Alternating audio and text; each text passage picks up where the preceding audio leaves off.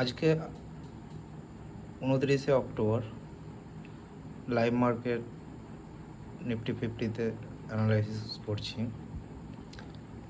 এখানে 4 ঘন্টা টাইম ফ্রেমে দেখা যাচ্ছে একটা হ্যামার ক্যান্ডেল ফর্ম হয়েছে।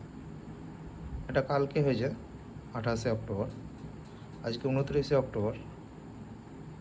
এটার ওপরে দেখা যাচ্ছে একটা ক্যান্ডেল, ভালো গ্রিন ক্যান্ডেল ফর্ম হয়েছে।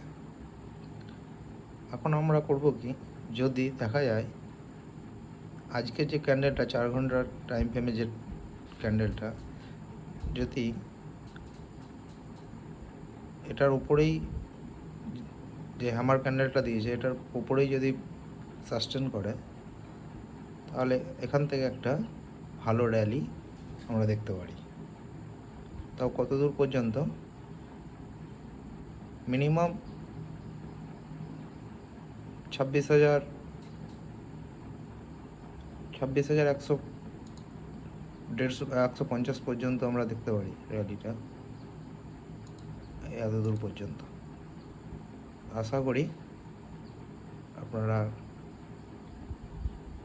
ট্রেড করবেন। কাউকে এটা